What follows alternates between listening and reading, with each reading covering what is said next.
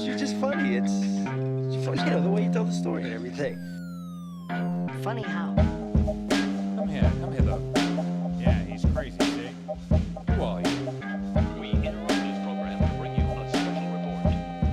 Are you ready? Ladies and gents, as always, hey, thanks for tuning in to another episode of the Broader Podcast. Not surprisingly, this episode's pretty fun. I say that with most episodes because it's usually true. They're pretty fun. Today is no different. I'm going to be sitting down virtually, but of course, with Larry Roberts, who is a podcast expert and has spent over 25 years training and coaching on various topics, including how to boost your podcast. And if you don't have a podcast, I still think you're going to love this episode because we don't just talk about podcasting. We talk a lot about social media and its impact, the pros of podcasting, listening to it, consuming it, creating it. We also talk a lot about the corporate world and why we're both not in it anymore. He shares his story, which is very motivational. And of course, I touch base on mine. But just overall, really cool episode. You can follow him on Instagram at the Larry Roberts. And he also has some great TikTok and Reels content as well. So check him out. And I'll leave all of his links, as always, in the episode notes, so you can visit him and listen to his content. Without further ado, everyone, please help me welcome Larry Roberts. I'm still a little under the weather, so my voice hasn't quite gotten back to where I appreciate it being. Uh-oh. Did you get the Rona? No, I took 3 Rona tests last week. All 3 came back negative. But I just don't know what it is, but it won't go away. Doctor says it's viral. I've been to the doctor twice, got a steroid shot on Friday, and it's still just, and it's fucking resilient. Steroid shot, not the fun one, I would imagine. No, I mean, my abs haven't popped out yet, so it's Well, that's shitty, man. Hopefully you get better soon. What is it, just like respiratory, or is it everything? Yeah. I mean, it's just kind of I feel kind of beat down, a little tired. A lot of it's respiratory. My throat's a little scratchy, and it's weird because it just comes and goes. Like yesterday, the throat didn't feel too bad. Today, the throat feels like shit again. I don't know, but he says it's viral and it's just got to run its course. I'm like, well, I leave for Orlando on Wednesday morning, so it needs to get the fuck out. So, because I got to go, but it is what it is. What do you got going on in Orlando? You got a conference, something? Yeah, there's FinCon is going on, and it's sure. like a financial conference for podcasters. That's sick, man. Well, it's more of financial consultants that podcast too, but yeah, it should be a good deal. Nice, dude. Yeah, I mean, I had the Rona. When did I have it? I think like a month ago or something like that, and I was fucked for like 6 days just to Yep. Yeah. I've had it twice. Oh, you have? Oh, Yeah. Jesus. Yeah. Thanks. Which ones do you know? Like what time was it? Did you get the OG? I got the OG back in, when did it hit? 20? 20? So like January of 20, I got just destroyed, and it annihilated my voice for like 6 months. Try being a podcaster with no voice. And I literally had no voice for 6 months. That's it was kind of fucking gnarly, bullshit. Though. Yeah, it was. I mean, I wrote some articles in the Podcast Business Journal and everything called The Silent Podcaster. And I mean, I had to, get creative and work around it. But yeah, it just annihilated me. And then I got it this year at about April. I went to Bitcoin Miami and brought it back with me then. So yeah. Dude, that's shitty, man. Yeah, the OG I heard was obviously naturally much more rough than what I got, a couple months ago, because it was and I guess that's kind of a good thing, right? Like if it's more contagious, cool, but if it's not as deadly, quote unquote, then that's a good thing, I suppose. But it was so weird because when I got it, like 17 people that I knew got it. Everyone got it around the same time. It's so weird. I blame, who Jordan Peterson is, right? Sure. I blame Jordan Peterson because I went to Bitcoin Miami, and literally everyone I know, that's the only session that I went to was Jordan's session while I was there. I was there creating content and podcasting live from the event. But cool. I would love to see him live. Oh, dude, it was insane. But everybody that was in that room with Jordan Peterson that I know got the Rona. So I blame Jordan Peterson for my second round of Rona. If I'd have stayed out of that fucking room, maybe I would have came out unscathed. I don't know. And Jordan's listened to this podcast, so Jordan, you fucked up. Yeah, Jordan. Sorry, brother. You getting a lot of hate over the past couple of days. Got Olivia poor- Wilde kicking his ass. Now I'm kicking his ass. Yeah, poor fucking guy, dude. Like he's such a pioneer with so many different things, not just like educating the youth and so many different topics, but he's exposed so many interesting topics, and Dude, he just yes. gets shit on so much. Like it's, if you're gonna blame him for the Rona, he's like, whatever, bring it on, because I get blamed every day for something else anyway. Just add it to the list. Yeah, poor bastard. So what are we going to talk about? It's a great question. I'm glad you asked. Yeah. I don't know. Whatever. I mean, I don't really. I definitely want to know more about kind of what you do for the podcast community. I think a lot of listeners out there, because I do have a lot of listeners that are fellow podcasters as well.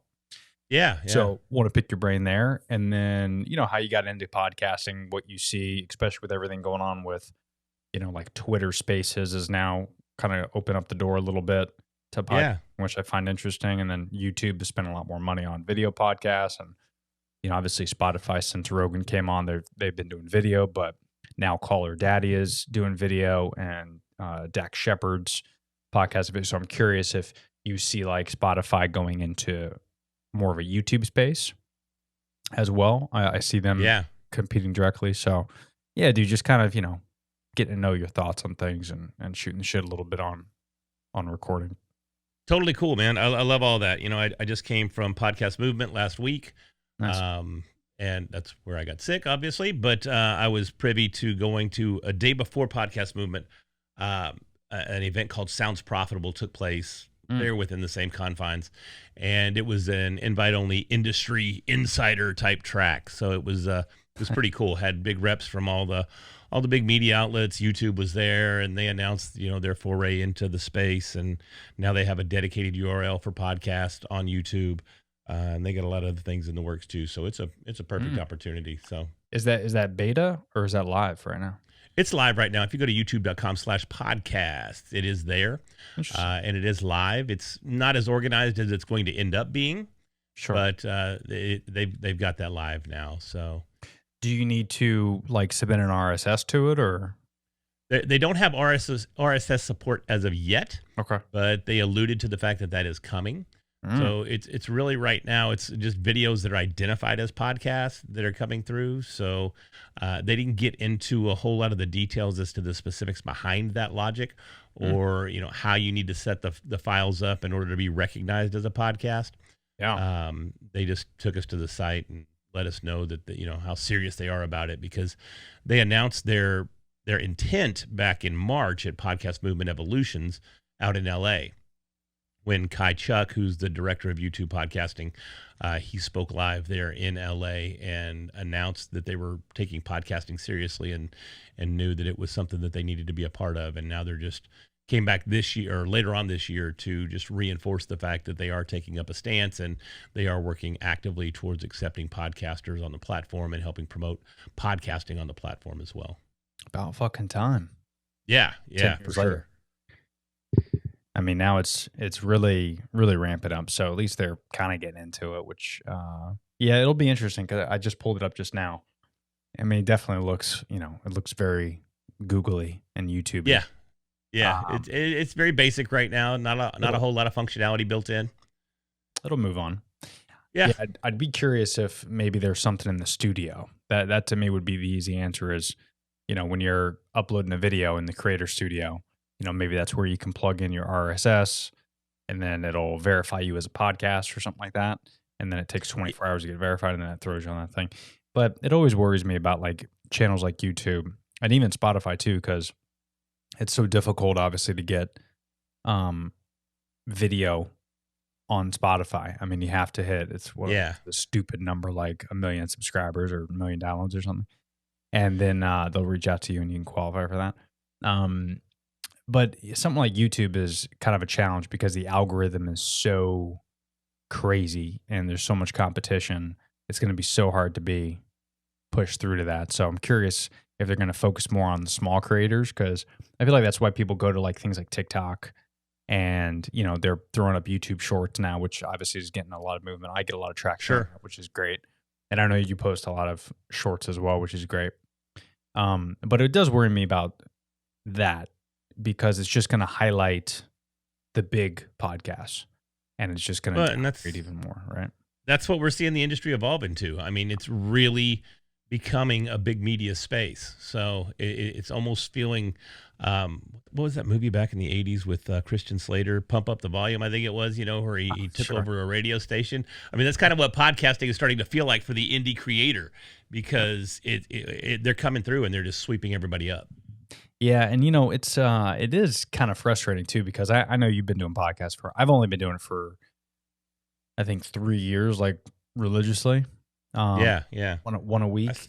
I'm at like 170 episodes, I think. Hey, that's amazing, though. Yeah. And it started off. I'd love to hear your story as well, but me, I started off like with my iPhone, doing the voice memo app, just fucking saying some stupid garbage that I wanted to vent, but my wife didn't want to hear me talk anymore. So I'm like, fine, I'll just start a podcast.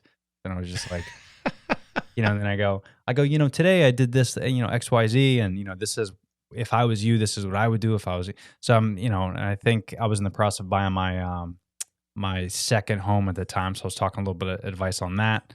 And it was just no organization, no intro music, no nothing. That was like for 10 episodes. And I mainly did it for fun. And then I had like 4 or 5 people DM me. They're like, yo, dude, this is a great podcast. I was like, what?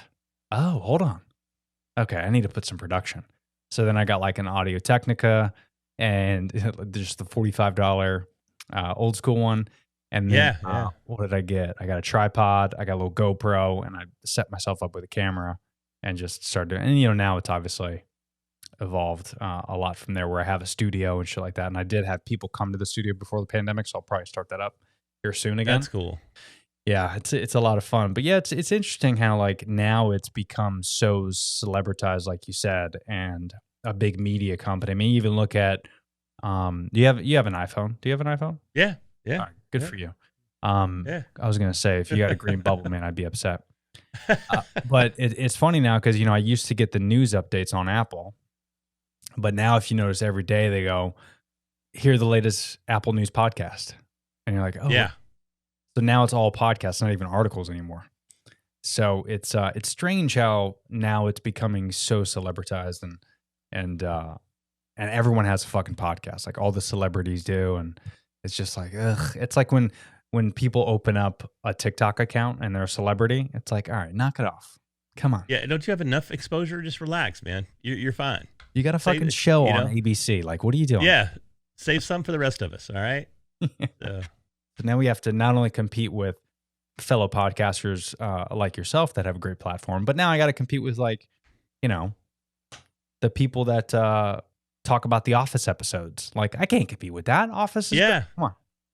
Yeah. I mean, well, you got that new Game of Thrones that just came out. Guess what? It's got a companion podcast, I keep seeing that at the end of it. I'm like, mother.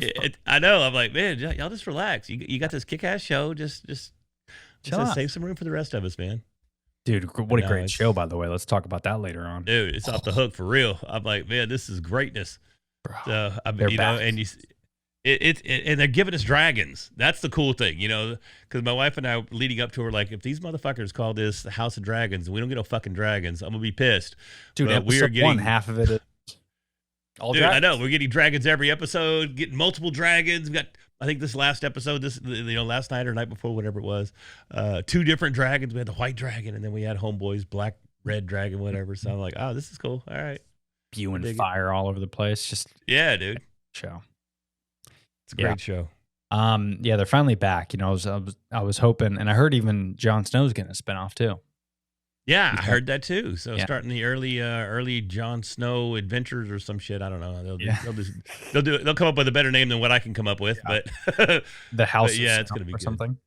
Yeah, they're not gonna. I got a feeling they're not gonna get too creative because you got Game of Thrones, House of Dragon, Village of Snow or something. Stupid. Actually, that's not a bad name. I kind of like that name.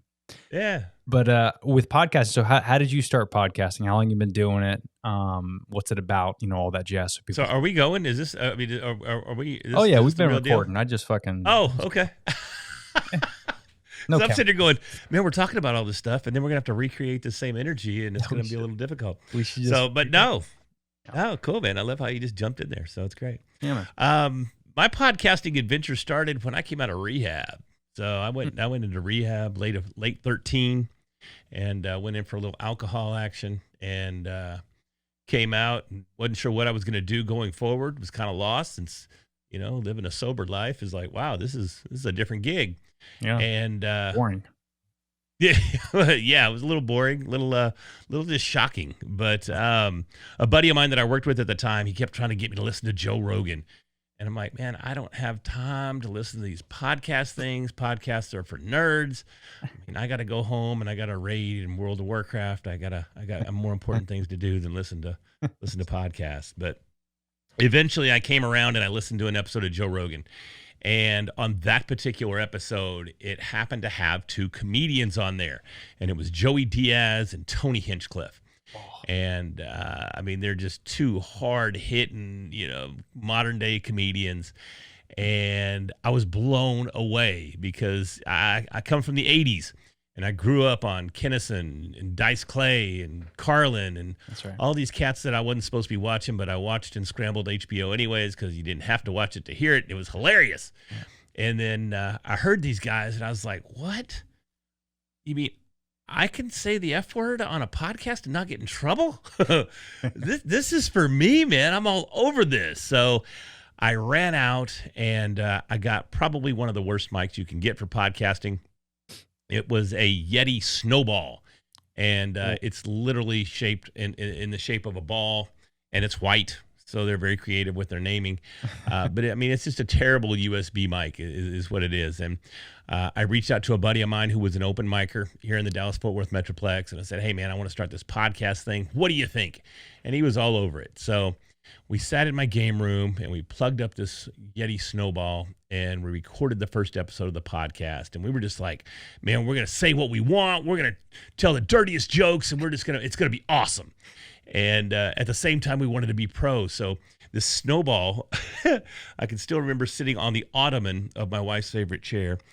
We were both sitting there, and we took this little Snowball mic. We gently held it in our hands, and I would say my lines into the mic, and then I would reach over to Jamie, and I would gently pass him the mic, and he would cup it, and then he would say his lines, and then pass it back and forth. And we did this for about an hour, like say, telling the raunchiest, nastiest, quote-unquote jokes that we could come up with. He had just gotten back from San Francisco, so he was filled with San Francisco venom. It was crazy. That's hilarious. And well, the problem was it really wasn't hilarious. And we listened back to it, and we looked at each other and said, "There's no way we can release this, man. It's like we were trying too hard to be foul. You know what I mean?" Mm. And it was so blatant. So we toned it down a little bit, and we went back at it, recorded another episode, and we released the very first podcast, and the show was called Accidentally the Whole Tip. And that was the show, man. And we did that for quite a while, about 145, 150 episodes, somewhere in that neighborhood. We took the show live to a stage show here in the Dallas-Fort Worth Metroplex. It eventually evolved into an open mic for comedians here in the DFW Metroplex. And as I sit here right now, it's still the largest open mic in DFW outside of a comedy club. So we started something on the outskirts of Dallas in a suburb called Louisville, and it grew and evolved, and it's still alive to this day. Although regrettably, I had to kill the podcast because I was still in corporate America. And corporate America didn't care for the content. And they're like, dude, you hold this fairly decent position within the company. You're a salaried employee. You represent the company 24/7, 7 days a week. Mm-hmm. And this type of content is not a good reflection on who we are as a business. So they didn't make me quit the show, but they definitely told me that if I didn't quit the show, that life was going to be pretty rough. So I walked away. And walked away from the tip. And there's still times to this day that I regret walking away because it was fairly successful from just about every measurement you can imagine. I mean, we were getting thousands of downloads per episode back then, and it was growing. Again, we'd hit the clubs, the comedy clubs here in DFW, and people loved it. People loved the name. People loved the merch. It was just something that it was a special time in podcasting for me that I have yet to ever recapture. It was just really amazing. And I still have regrets to this day for killing that show. That's crazy. And are you, if you don't mind me asking, are you still with the company? No, I'm not with the company. So fuck them. I don't know if I can say that here, but no, I'm just kidding.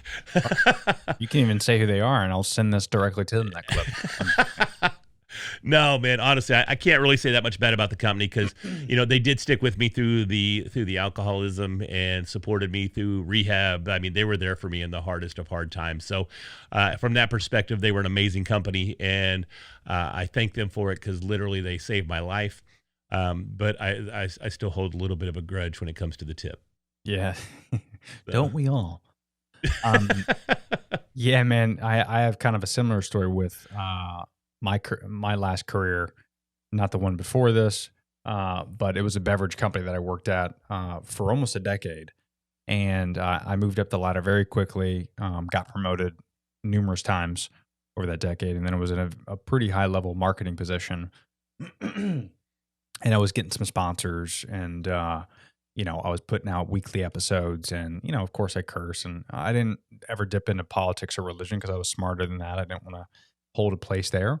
But of course I would have, people on that because I talk a lot about health and wellness and stuff that the company I worked for necessarily has been deemed not so healthy for you. I never drank the stuff, but it was just a paycheck. I was there to show up and have fun. So a lot of the stuff I would say would kind of it would be a direct kind of hint of saying, hey, listen, man, take care of your body, yeah. And I never called them out by any means, but a lot of guests I would have on would call them out. And, I don't edit that stuff out because it's just real conversations that happen. So yeah. And eventually I guess apparently they started hearing about it. And then I got one sponsor in particular, a small company out of Texas, actually, reached out to me, and a buddy of mine got a job there and was like, yo, dude, you got a decent following. Can you give us a couple shout outs? And I'm like, yeah, fuck yeah, of course. They didn't pay me anything for it. I just gave them some shout outs. And the next thing you know, I get a call from HR. And apparently this company, because it has caffeine in it, and the company that I worked for had caffeine, it was an energy drink company. That's a conflict of interest. Even though one's like a tea bag, like an actual tea bag, and the other one, the one I worked for, was a canned energy drink. So they're not even the same space. It's a little company called Golden Ratio that's out of Texas. You can only, you never heard of them. No one has. No. It's just, they got like 5 employees. Like it's not anything crazy. And the company I worked for, spoiler alert, was Monster Energy. So, okay. I mean, the fact that they thought that was like a conflict is hilarious to me. And, I got a warning and I got put under evaluation, and apparently they looked through it and let me go because of that. Wow. And, a decade in the company. And, again, was it wrong? Maybe, sure. But it's like, if I go drink a Red Bull on my off time, can I get fired for that?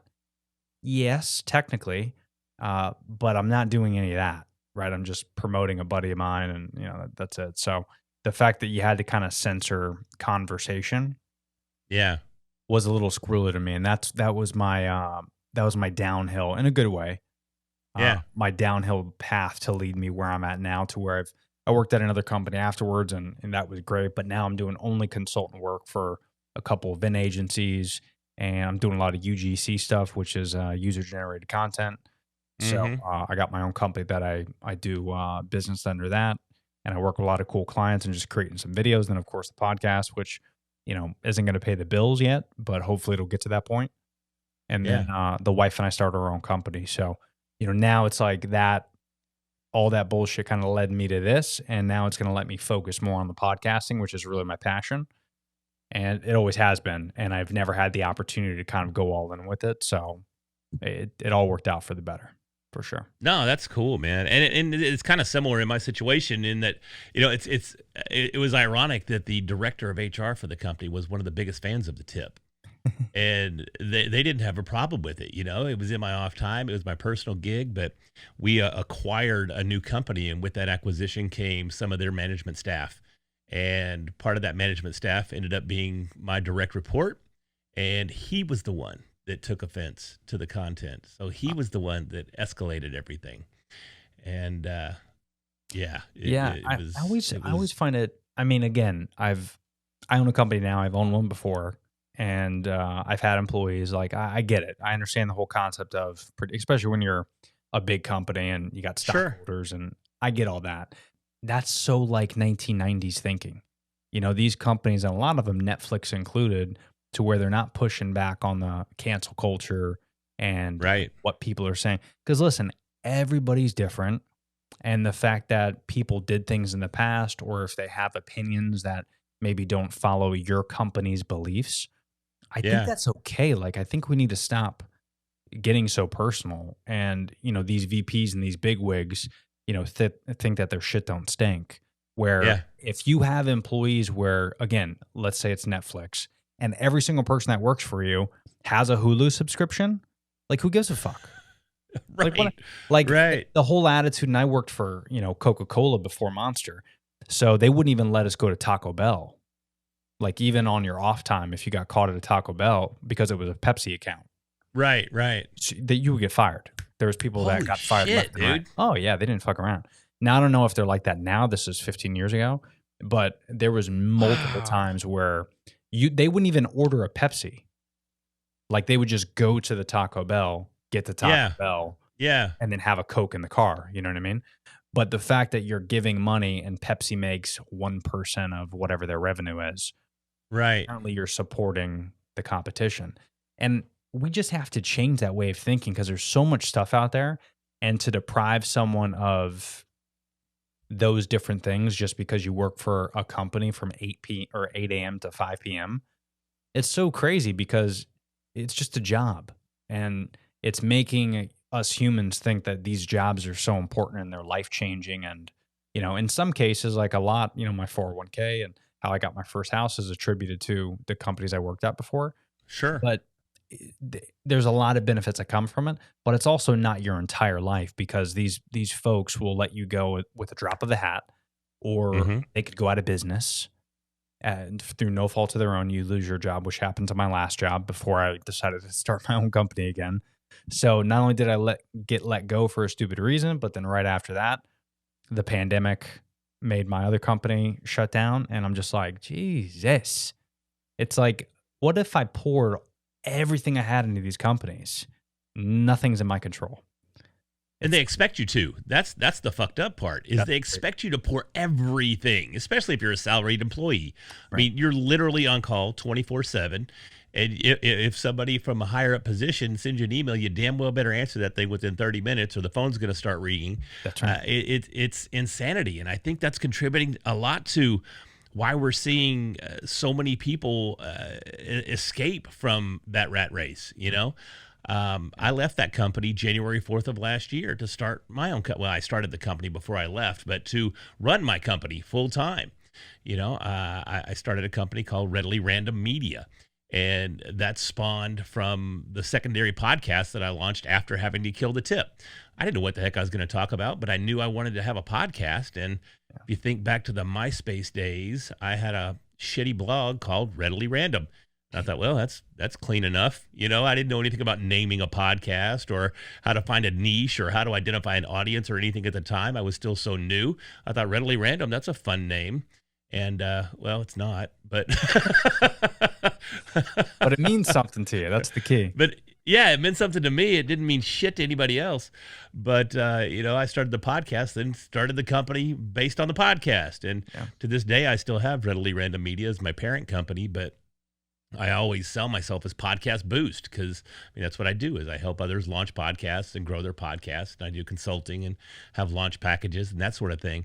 But I don't like using the name Readily Random because, well, for one, nobody can say readily. It's so weird. They go, what's your email? I go, Larry@readilyrandom.com. And they're like, what? February. No one knows what to do I, with that. I guess so. So that was a lesson learned too. But, I but love yeah, it. these companies, man, they'll suck it out of you if you let them. And Yeah. I'm just seeing so many people at this stage of life, in that 40 to 50, 55-ish range that are going, you know what? I've got my 401k. I've got a little stability. I've got the vast majority of my house paid off. I'm in that position to where I don't have to play this game anymore. And they're stepping out and they're entering into that, what we're hearing called creator economy. And they're rocking with it. And it's interesting because I'm on the verge of starting a new podcast, and it's about creativity. And then it dawned on me over the weekend, maybe we need to drill that creativity down to and talk to that demographic and talk to the people that are in that age range. Because if you listen to any of the creator podcasts that are out there, if you listen to I don't know or even the motivational speakers or investors, if you look at Alex Hormozy or Gary Vee or who's the other guy, Grant Cardone. Yeah. Listen to any of these guys. They're talking to the 30-year-olds. They're talking to the 20, 30-year-olds. Nobody's talking to the people that have done what you and I have done and invested X amount of years into a career in a corporate environment and finally woke up and went, what the fuck am I doing? Yeah. Where did my life go? And Sure. These people don't give two shits about me. Why have I given my heart and soul to these vampiric companies that have literally bled me dry of any creativity or any fulfillment? Why am I doing that? And they're making that jump. And I see it happening each and every day. And to me, there's a gap there for the people that are making those transitions right now. And this new podcast idea that I've got, we're going to try to fill that gap. That's a great idea, man. I love that because I talk a lot about that, on this show where my show's really, it's three pillars. It's health. It's really health and wellness, but the pillars are physical health, mental health, and financial health. Mm-hmm. So, either there's things where I'll have personal trainers on or nutritionists, things to help you with your physical health, or, mental health, where I've had a couple people that have had some gnarly ayahuasca trips and they talk about microdosing mushrooms and going that route, yogis and, that side of the mental health, and then financial health, where, I just recently had a financial advisor talking about, stocks, real estate, how to save up for a house, but all that type of content, to your point, that was my main goal, is to target the folks that are my age, because I feel like the Logan Pauls of the world and all these other guys, it's millennials and Gen Zs, and yeah, that's the future, but they're mainly doing that because they want to capitalize on the TikTok crowd, which is the up and comers that they want to soak up at an early age. It's the same formula that Coca-Cola had. Coca-Cola targeted Santa Claus, and they invented Santa Claus. A lot of people don't know, but I think it was 75 years ago or something like that. Santa Claus in books and stories, he was wearing a green jacket, green hat. He wasn't a fat jolly man. Coca-Cola invented what the Santa Claus we all know. It's trademarked. Did you know that? Really? Yeah. I had no idea. Yeah. You could look it up. Where did that come from? Santa Claus did not look like how it's portrayed on the Coca-Cola package. Over the years, they have adopted this brand, and they didn't do it because they're like, let's have the 40 and 50-year-olds be excited about Santa Claus. They did it because they knew if they influenced the kids and they put that Santa Claus on all the Coca-Cola packaging, they're going to get Coke in the house. Coca-Cola. I need to make sure they're going to eat all that Coke in the house they want.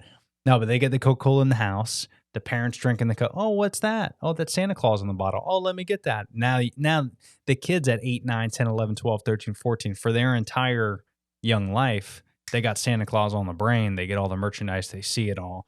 And then, of course, when they become 15, 16, 17, they want a Coke in the hand. And, that leads to spray and all that. So that's kind of what like the Logan Pauls and Gary V's of the world are doing, which is smart. Yeah.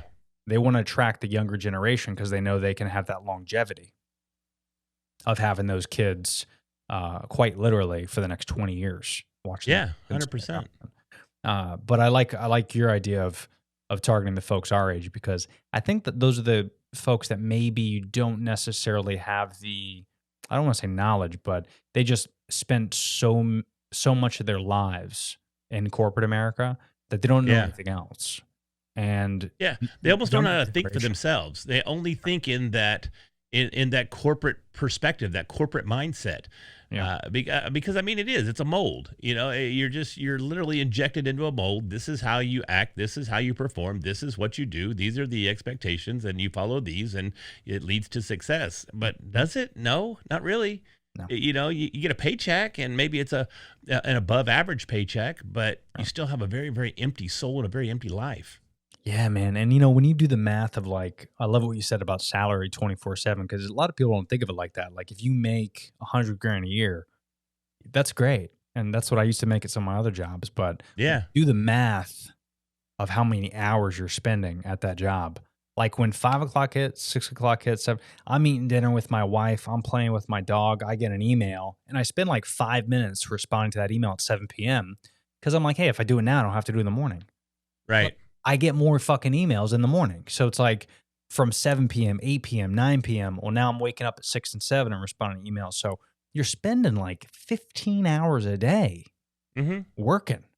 And you times that by 5 days a week, sometimes 7 days a week if you respond on the weekends. Yeah. Now that 100 grand a year really boils down to like 50 grand a year, 60 grand a year, because you're spending so many hours per day. And people don't think about stuff like that. No, I mean it's a lifestyle. Those types of careers they're not jobs, they're lifestyles, and that's literally what you have to commit yourself to in order to sustain that. And all too often we get wrapped up in that lifestyle, and then we turn 45, 50, 55. We'll call it the midlife crisis. We'll call it whatever you want to call it, and we have this epiphany of holy shit, where did my life go? And where's my inspiration? Where's my fulfillment? This whole lifetime thing, it goes by pretty freaking quick. And when you start hitting this age, and I guess maybe too, I just turned 50, 6 days ago. So, it's not like, thanks. So maybe it's hitting a little harder for me right now, but I mean, it was hitting before, again, I left last year because I just knew that there was more to it than that. And especially after getting sober, and the more time I spent sober after 14, the more that realization came to the forefront of, I'm coming here every day and I'm sitting in this space and I'm taking up this space. No one really gives a shit. I'm walking on eggshells because of this new management style and this new transition into this hardcore cancel culture environment. And I get in trouble for saying things that I didn't even know I could get in trouble for. And you're just like, what? And you start to question. What's the point of it all? Yeah. And is this really how I want to hang out? And is this how I want to go out? And it just wasn't for me. It is so wicked, the fact that when we start thinking about corporate jobs, and we say corporate America because I think there's a lot. There's so many pros when it comes to corporate America, but corporate America is a thing because prior to I would say 10 years ago maybe, when social media started really ramping up and people started understanding that they can make a living off social media, more importantly, when you start realizing, I realize that now that I have an e-com business, is I don't need 15 employees. I don't even need to pay myself or my wife a massive amount, because if you keep your overhead low, right, and you keep your break-even low and you live below your means and you don't buy all the fancy shit every 2 years, like you're not redoing your wardrobe all the time, and you're smart with your money and you save and you're frugal, you don't go out and you don't spend $20. Like, you talk about booze a lot. Dude, I stopped drinking a long time ago. I'll have like a glass of wine every now and then, but just the financial responsibility to go out with friends and drink alone will get you broke. Yeah. Oh, and dude, quick. It's crazy. So when you could start thinking about, okay, not only am I investing money into this corporate job and time, and everything you do with that corporate job is inhibiting your decision making. And that's what I realized when I got out of that cesspool of an industry. And it's mainly because when they do the team outings and the atmosphere and all that, it's always giving you new shit, prizes, gifts, gift cards, taking you out for dinners and booze. It's just fucking you up even more, to where you forget about all the other stuff that's important in your life. And you're like, this is cool. I get to go out and hang out with these guys all the time, and we drink and we party and we have fun. But then you don't realize, so now I'm spending time away from my family, even more so with the cesspool of a company. and I'm hanging out and I'm getting infected by everybody here, like a family. They love you. Things are great. And the next thing you know, company downsize, you're toast. They forget all about it. Yeah. And you just spent all that time away from your kids and your wife and your husband. And, you know, when you can get out of that, man, and you can work for yourself and spend so much time, like I spend every day with my wife, it's fucking awesome. Yeah. It's a powerful thing. So, yeah, do I make less? Yeah, of course. Will I make more in the future? Who gives a fuck? Like, the whole attitude is like every day, at least I'm enjoying it and I'm not stressed out about what my boss is going to think. What if I have a job tomorrow? Like, there's no stress like that when you work for yourself. It's cool, man. That was the absolute worst, man. Because you just knew, at least I did. I always knew that no matter what I did or how well I did it, he was going to find one I didn't dot or one T I didn't cross. And it's just like, it's just so soul crushing. It was, oh my God, just let me have one. Let me have one success, please. Just one. So, I forget who said it. There was a really funny and true quote that someone said, when you have a job, you don't have security as much as you think. The only thing you have is a 2-week contract. Yeah. And I'm obviously butchering that, but it is interesting when you think about it, where they pay every 2 weeks. They could just decide not to pay you. There's nothing long term that says they have to pay you for a year or 10 years, unless you physically sign a 10-year contract with the company. Right. Right. And that's what I do now. I do a lot of consulting work.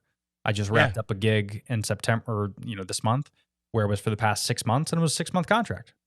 Yeah. So guaranteed. Everything I do is contract work. Everything I do is contract. It's fantastic. Yeah. But it's like, that's a guarantee. But if you just have a salary job, your contract's for 2 weeks, bro, because they could toast you out and just decide not to pay for whatever reason. I didn't mean to take this down this dark path of an anti-career conversation. Fuck jobs. No, but I think we say this because it's all in tune with whether you own a podcast or not, or own a company. It's all in tune with you and I have different stories, but I think the goal is the same, which is we figured out what we like to do and we just went for it. And I think that's what anybody could do, whether that's podcasting, or if you want to open up an Etsy shop, or you want to sell shit on Amazon, or you want to buy real estate property and flip it and rent it. There's other ways out there besides corporate America, and there's nothing wrong with corporate America. It's just saying that there are options versus 25 years ago, there wasn't. And it's exciting. Right. It's exciting there's options. It's super exciting, and it's inspirational, and I think more people need to know that it is possible. And it's, I'm not saying it's easy, but I think it's a lot easier than most people understand. Right. You do have to be driven. And, we were just crying a minute ago about, $100,000 a year, but you're on call 7 days a week. I do work 7 days a week. I mean, we're sitting here on a quote unquote holiday recording a podcast. It's just what we do, but it's different. Yeah. It's totally different. Typically, you'll find me I don't do a whole lot of work in the studio where I'm at right now, other than recording and creating content, but any kind of development work or any kind of consulting, I typically do in my office in the other room. And if I'm at my desk, you're going to find the TV's on and I'm just kind of working. And, I'm real big I love the fights. So every Saturday I'm watching UFC. So I'll watch the fights, and in between fights, I'll tab over and I'll do some quote unquote work. The fights come back on. I go back over. I watch the fight. It's a relaxed type of an enjoyable atmosphere of quote unquote work. That's right. I'm creating, I'm building, I'm doing, and that's super, super fulfilling. And I'm doing it on my timeline, from my perspective, how I fit it into my workload. And it's just different. I don't have a problem working quote unquote 7 days a week for my own business. It's mine. Yeah. It's mine. And if you want to pay yourself a bigger salary, maybe do a little bit more, and maybe you can have a bigger salary, but it's up to you to determine what that balance is, and you're in total control of finding it. And that is what makes it so awesome. Yeah. It's super sexy when you look at it like that, because, most other jobs, like I've been told at some of my other jobs where they're like, yeah, you got to stay in your lane, bro. Yeah. You ever hear that line? Of course. Ooh, that's a good idea, Tone, but I got to stay in your lane. Stay in your lane. And I'm like, okay. So my creativity just got capped. when you own your own company or you're doing your own thing, or even if think about your hobbies, think about, imagine if you're into working out and you're in the gym and there's some little guy on your shoulder that just pops up, says, too much weight. That's it. Back it up a little bit. We don't want you to get any stronger or bigger. Okay. Like imagine if there was a cap and things like that. And that's kind of what some jobs are like. But to your point, if you want to make 50 grand a year or 100 grand a year, when you work harder, you do get rewarded versus most other corporate jobs. When you work harder, you don't get rewarded. Sometimes it's quite the contrary. Yeah. Now the expectations are raised. So now basically what you've done is you've given yourself more responsibility for the same pay. That's right. which is shitty because now you go home with, to your husband or your wife and you're stressed out because you're working so much, and then they're stressed out at you and they're pissed. And then, there's resentment and fighting, and there's a lot of negatives that come from it. So I would imagine, I don't know about you, you don't have to tell me, but I'm not even wearing pants. I mean, no, I'm wearing shorts right now. I'm wearing my PJs, honestly. There you go. I got my pajama shorts on. I'm just chilling, you know? Yeah. I mean, it's all good. You can't do this shit at work. But anyway, enough talking shit about corporate America. Yeah. That part will get pulled off YouTube probably. No. No. Speaking of which, I love this setup. For people who don't know that aren't watching on YouTube, first of all, you're fucking crazy because Larry's got a dope ass setup. Is that real veneer? On the walls? Yeah. You don't have to say. No, the walls are, it's just honestly, it's just like a banner tapestry or whatever you want to call it. It looks great, right? It looks great. It's the lighting. The lighting's real. Now everything, I say just the rock is all just the tapestry. Everything else is real. Oh yeah. Yeah. So ladies and gentlemen, he is touching it right now. He is touching it. Yeah, dude. No, it looks great. And I noticed you got the Batman statue. Yeah, and I just made that change actually. So I had Good this, for you. I had this amazing T-Rex skull that was back there. That's and tight too. let me get back on the mic so I sound relatively decent. I had a previous iteration of the studio that was all, I mean, this is like a bat cave, honestly. From what you can't see, there's bat stuff everywhere. But I started dealing with some higher end clients, and one of my business coaches goes, "Hey man, at those price points you're operating at, you might want your studio to look a little more profesh. You might not want to look like a gamer." And I'm like, all right, I'll take that to heart. I prettied it up and made it look a little more pro, but I got to inject some sort of Larry in there. I figured the Batman that I got back there, you can kind of tell what it is, but it's not overbearing. So I just had to put a little flair. So I don't know if we've talked about this on Dewaskin's show. Shout out Jeff Dewaskin.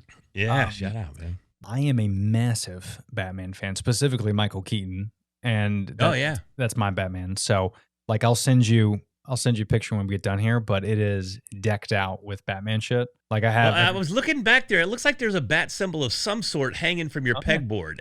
Well, bro, I don't know what that is.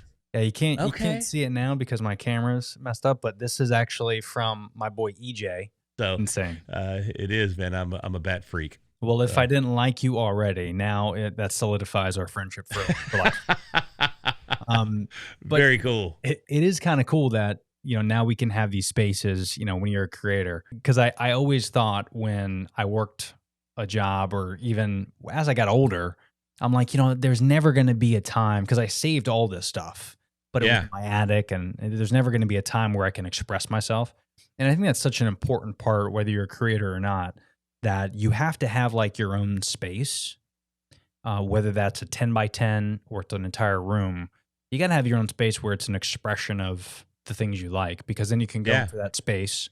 You can express yourself. You can meditate. You can talk. You can, sometimes I'll come on the phone and talk to friends in here versus like in the family room, because this is my space. This is like my sanctuary where I can just be me, and I could curse if I want. I could, FaceTime with people. Like it's my happy place. And I think everyone has to have that. Yeah, I do the exact same thing. My phone, I plug it right into my Rodecaster, and I have my phone calls. I've got friends that go, "Dude, do you ever not sound like you're on the radio?" No. I was like, no, I really don't. This is how I enjoy sounding. And so, yeah, I come in here. I do the exact same thing, man. This is just my space. It's got the lighting's just perfect, and the ambiance is there, and it's just it's a great escape. For sure. And do you have anything else that you do that is an escape for you? I mean, obviously, you talked a lot about you go to conferences and you speak at these things for your business and stuff. Yeah, I mean that's the big thing that I do, especially this year. This my traveling and my speaking started in person at least late last year, Mm. and this year it's just been off the hook. I mean, I've literally been coast to coast this year, from L.A. to New Jersey and everywhere in between, Florida, Nashville, all through Texas, yeah, you name it. And I'm getting ready here in a couple of days. I'm headed back to Orlando for another conference. And I love doing that. I mean, they energize me. Being there at the conferences is a ton of fun. Being on stage is probably one of my favorite things. I did the comedy thing for a while. Wasn't exactly all that great at it. It's a tough Two, craft, I started. for sure. What's that? It's a tough craft for sure. Dude, it's super tough, and I started super late, well, I started hitting the open mics back in 14 after rehab. So I was already in my early 40s, and, as a brand new open micer, and you're trying to get that 3 to 5 minute set in at 2 a.m. when there's two other comics that are left that are trying to go up too. It's just, I was way too old to be playing that game, brother. I tell you what. So it didn't work out for me personally. I took some comedy classes and ended up doing a showcase at the Improv here in Dallas that turned out all right. That wasn't terrible. I don't show it to anybody, so it must not have been that great. But but it was fun. But speaking has always been my thing, and that's what I've been able to leverage. And it's interesting because speakers in the podcasting space are usually not the most engaging speakers, and they're usually not the funniest either. They're usually pretty dry, pretty technical. A lot of them are older because they've been podcasting since 2004, and they're the pod fathers that are out there. It gives me an opportunity to come in and take the stage, and yes, still be technical, but add a little of excitement to it. Add some jokes here and there. Add some audience participation in there, and change things up. And it's been super, super impactful, and so far it seems to be well received. So I'm just going to keep at it, man, and I'm having a lot of fun with it. That's great, man. Good for you. And then how do you get involved in these conferences? Do you reach out to them? Do you normally get invited? How does that happen? It's getting to the point where I get invited now. Not always, but sometimes I still have to reach out. But a lot of these two I'm getting invited to. Honestly, it started off about 3 years ago. I started seeing some people were doing small online events. And I started asking to speak at those. They'd be on like a Saturday morning. Some of them were on a Sunday morning. And I'd say, hey, can I speak at your event? And they'd let me come on, and I would do a 30-minute presentation with a slide deck about podcasting, some aspect of podcasting. And most of these were broadcast live on Facebook. And, if you've ever gone live on Facebook, you can always look in that top left-hand corner, and you can see a counter of how many people are watching the live at the time. Yeah. There were very few times that I looked up and saw anything bigger than a goose egg. So there was very rarely anyone watching these things. They were still great experience because they allowed me to hone my craft. They allowed me to really get more involved in the podcasting space. They allowed me the opportunity to get comfortable in front of a camera, and I started leveraging them to get on bigger virtual stages. And then from there, using these virtual stages, opportunities came up for live stages once the pandemic started to be accepted. I don't think it's ever over per se, but we were talking about it earlier. It's a little less deadly now, and just you're kind of going to get it, honestly, most likely. So everybody just coming to grips with it, and it started opening up opportunities. So I started off super small on virtual stages with literally no audience, and now built up and built up and built up. And just last week I spoke at Podcast Movement, which is one of the biggest in the industry. If not the biggest. Podfest is up there with them as well as one of the biggest ones that are there. Those two are the cat daddies. Speak at both. I'm heavily involved in Podfest. I write the newsletter for Podfest, so I'm their editor-in-chief there. So I'm intimately involved with that organization. And it just grew, but every bit of it grew out of those tiny little zero viewer virtual events, and I'm grateful for the promoters that were putting those on because they opened up the door for me. Well, congrats on all the success, man. I love the content, the little clips you're doing, and I haven't got a chance to hear a lot of the podcasts, so I definitely want to consume more of your content. Because it is always interesting to me talking to fellow podcasters, because me personally, ever since I started a podcast, like you, public speaking was always like a passion of mine. And I Yeah. did a lot of it in the past when I worked for some marketing companies, and I was a personal trainer for a while. So I used to train large groups of people, and it was just always this thing that I like doing. And at first, I think subconsciously it was probably an ego thing, if I'm being honest with myself, where I just either like seeing myself, we didn't record ourselves back then. This was 2003, 2004. But there was always this thing where someone's watching me and they're going to get value out of what I'm saying. And that to me, Yeah. it got me a little excited, kind of speaking as a whole, my passions. But I also, through this podcast and through the years, something I didn't do when I first started public speaking is this podcast has taught me to be so much more objective and to really follow the 80-20 rule, right? Like 80% listening, 20% talking. And, when you become like an interviewer, because that's kind of what a podcaster is, unless it's the podcast that I typically do like once a month where I'll just rant about some ideas. And I'll do that for like 10 to 15 minutes if I got a vent, or, my wife gets me angry and I come up here and just say, and I make some funny content out of something. But more often than not, I'm interviewing people. And what I've realized over these 170 something episodes is I don't want to say everyone should start a podcast, because everyone shouldn't, of course. But there's something magical in not just talking to people, but podcasting. I think there's the combination of, it's going to go out to the podverse.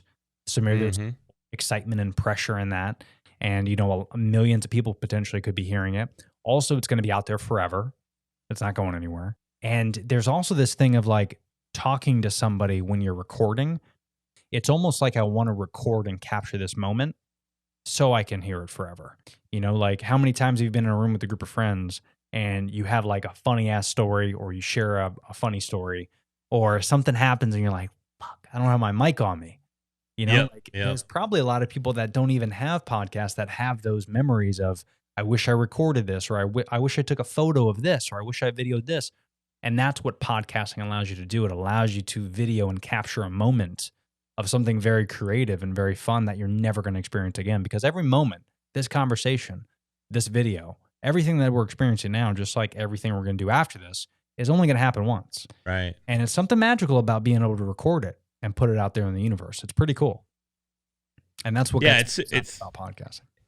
And I'm right there with you, and I love that. And I look back sometimes at the tip, or some of the episodes of the tip, and I wish they were still out there because they were great.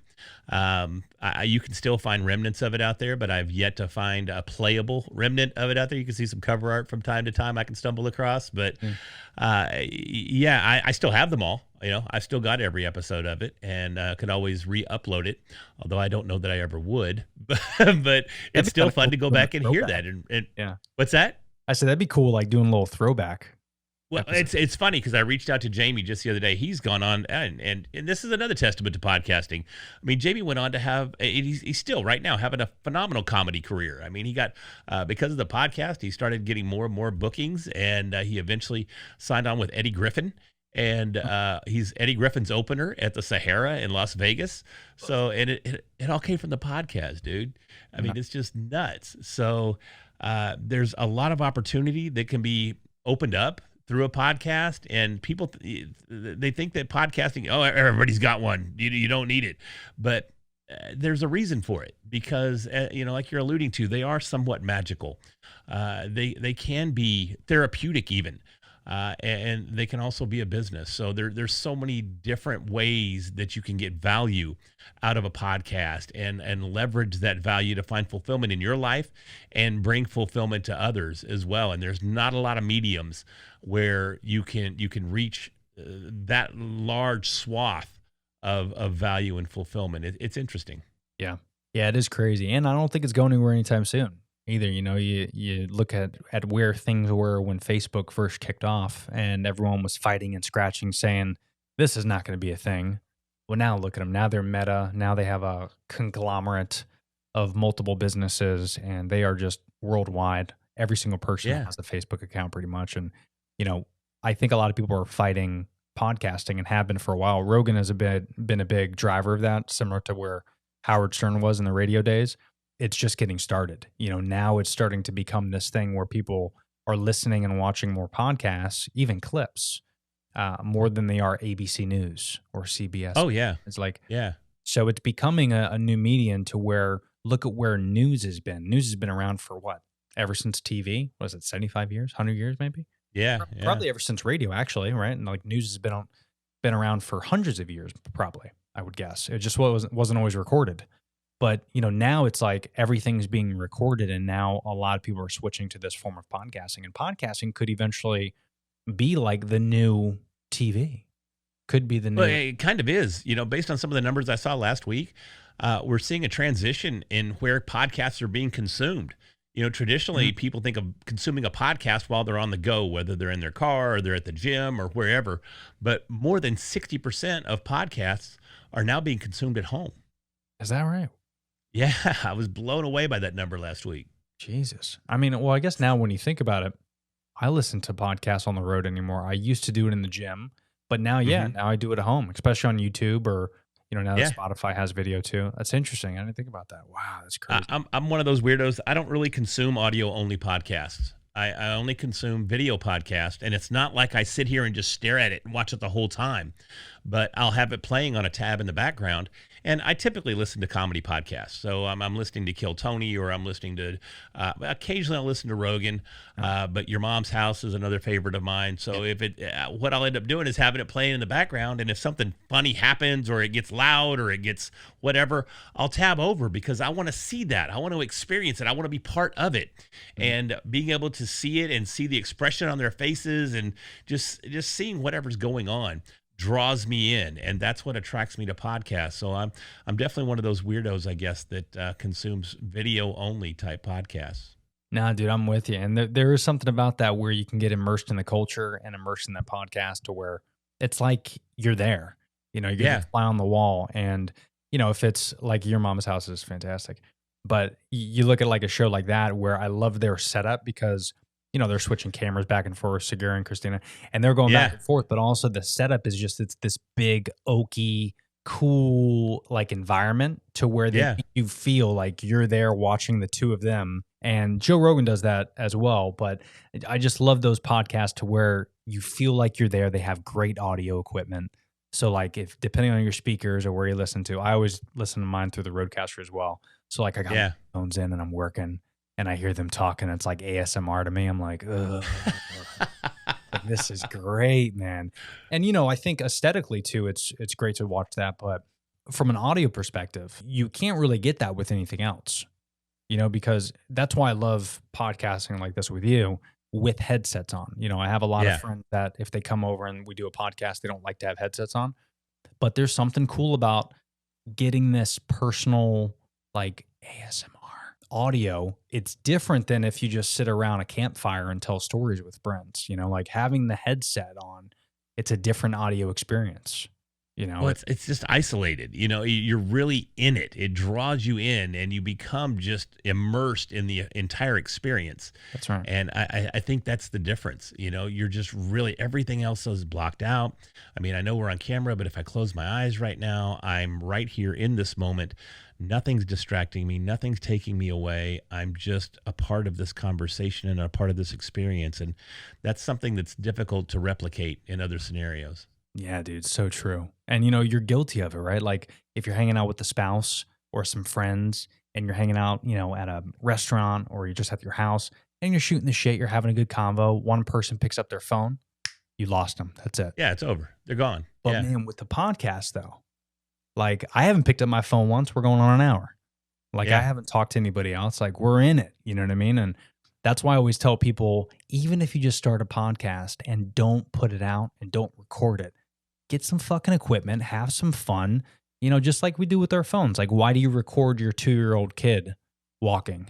Yep. So when he's 5, you can look at that and say, oh, your first steps. How cool would it be to look back 5 years from now and be like, oh, me and Larry had this fucking chat. I was on episode 170 and now I am at 250. Like, that's kind of a cool story to have. And that's the beauty of recording really anything. And it's great too, because I look back at some of the people that were on my podcast early on, and they're great friends of mine now. And just being on the podcast started that relationship. And then over the years, it evolved. And we finally met in real life or IRL. And then things just evolved from there. And now we hang out and we can't wait to see each other at the conferences or wherever it may be. And it all started. We'll sit back sometimes and go, how did we even meet? Well, I was on episode 23 of your show, but how did I meet you for that? And we can't even remember exactly how, one of us came to be on the other show or vice versa. Again, it's relationships that are built. And, you were talking about you want to get more immersed in my content. And full disclosure, I haven't released a podcast episode since April. Oh, shit. Because, I got fried. I got burnt out. And I'll tell you why I got burnt out. And I just started booking this past week for You're the Boss. That's my current podcast. Nice. I just started rebooking for that show, and I'm going to start recording at the end of the month.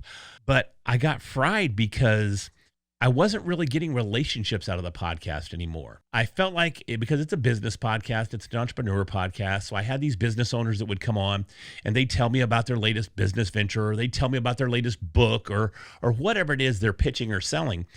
And then they would just disappear. And it started feeling like I was just being used as an infomercial. And that's not the soul of podcasting for me.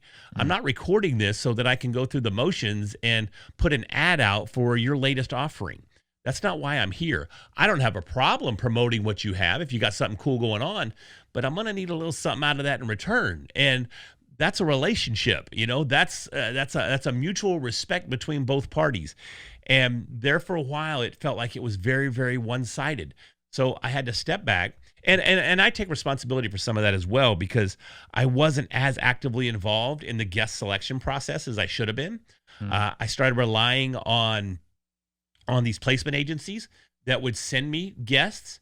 And they'd send me 4 or 5 for me to look at, and I'd look at their one sheets, and then I'd go, okay, yeah, I'll take this one, this one, this one. But that's about as personal as it got. And so I got to own that. And I do. That was a bad on my part. But once it got to where it was feeling just strictly one-sided and strictly just transactional, I lost all respect for it, and I had to step back for a minute, and I really dialed it in and started focusing on my speaking and my traveling and that sort of thing. And I had to give it some breathing room, and I've got that breathing room. Now I'm refocused, and I'm, like I said, I just started booking again this week, as a matter of fact, and we're going to start recording at the end of the month, and You're the Boss is going to start recreating content there, as well as some other podcasts that I've got that are awesome. Going to be launching too. So, but yeah, I had to step back and take that creative look at it and refresh things. So that was interesting. That's cool, man. And that's such a good piece of advice too, to where, you knew it was happening. Didn't matter financially if it was going to affect you or if you're going to lose subscribers or anything like that. If you're not happy doing it, and that's kind of the freedom of full circle of just working for yourself, whether it's doing a podcast or owning a company, is, being able to sit back and reflect, because you can't work at, AT&T corporate and say, listen, guys, I don't know if I feel good about the service that we're providing customers. I'm going to take a couple weeks off, just reflect on what we're doing. Yeah. Dude, you're fired. What do you mean? Yeah. So, but at least here you could take a step back, you could reevaluate, and hopefully if you come back stronger, which it sounds like you're coming back stronger, not only is it going to be beneficial to you mentally, but your listeners are going to get more value out of it, because now there's authenticity, now there's realism, now it's like shit you want to fucking do, versus before it's so mundane and you didn't like to do it. And that's not fair to the listener either, because that's why they tune in. So 100%. Yeah. Now I still created content. I mean, you still see my reels, you still see my shorts, you still see that. So I was still creating that type of content. I was still creating, but it just wasn't in the form of that particular podcast, and having that freedom is something that I cherish. It's amazing. So yeah, for sure. Yeah, dude, digging the reels. And last thing before, because I didn't realize we're at an hour and 10 already. But it's like a time warp when you do these podcasts. But when it comes to like these little clips, because that is one thing that I've noticed where I get a lot of interaction on my reels versus, like people tune into the podcast and they might, I look at the analytics, an hour-long podcast, they might stop at 25, come back later and do it. And I've realized, obviously, as we all know, the attention span of human beings has shortened drastically. I mean, where do you see that going in the form of a long form podcast? Do you see it going to where it's going to still become a thing and then we can consume these little clips? Are you noticing yourself when you host these conferences, when you talk to podcasters, are they doing these clips and then those clips drive them in to subscribe to the full podcast? Have you seen analytics on that? I haven't seen specific analytics towards the overall length of a podcast and whether long form content is still viable for an independent creator. But the consensus seems to be to continue along the path of having your quote unquote long form, whether that's 30, 45 minutes, hour, whatever it may be. But you really need the micro content to go along with it as well. You need the 10-minute clips. You need the shorts. You need the 60-second clips, the 90-second clips. You need to mix that in because, as you mentioned, I mean, the attention span now, I think we're down to 3 seconds. 3 seconds. That was 3 seconds right there. 3 seconds, dude. That's the attention span. So we have to be able to come in there and we have to hit hard right out of the gate. We have to capture them. And I think it's that micro content. It's almost like that breadcrumb trail. So we use the breadcrumb trail to lead them to our primary content, which is our longer form content. But we have to start small and we have to give them those little bite-sized nuggets for them to enjoy, to get them enticed and want to like eat the full meal. So I think it's absolutely critical that we have that micro content, but at the same time, I don't think we want to sacrifice our creativity and stop the overall long form content. That's right. I mean, no different than why anybody started their podcast. I mean, I don't know about you, but I started mine just because I wanted to do it. It wasn't for any other reason except that. So when we start thinking about what the audience wants, that's when our creativity gets tarnished. When we start doing what other people want and what appeasing to other people. Do what you want to do. If it's long form, cool. If it's not, no worries. But do what you want to do, and then if you want to get noticed, you got to put out the content. But I love that. That's a great piece of advice.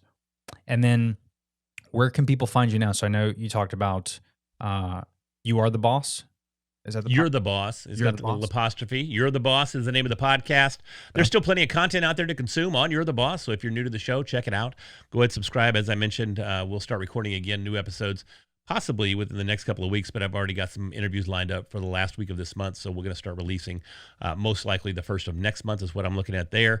I have a couple of other podcasts that are in the works, a creativity podcast that's going to be launching later this fall. But right now I'm driving traffic to my Instagram. So at the Larry Roberts, follow me on Instagram. I'm creating reels on the reg. So if you want to see some of my content, check out my reels over there, the Larry Roberts on Instagram. Nice. And of course, everybody, for folks just listening, I will leave all the links as always in the episode notes. But Larry, this was good, man. I think whether someone wanted to start a podcast or not, if they just wanted to be creative and, talk about content, feel about it, get a good feel for it. I think you left a lot of good nuggets. So I appreciate you hopping on the show. Appreciate the time. We finally got a chance to do this. It's been in the works for quite some time, mostly my fault. So I appreciate the flexibility there.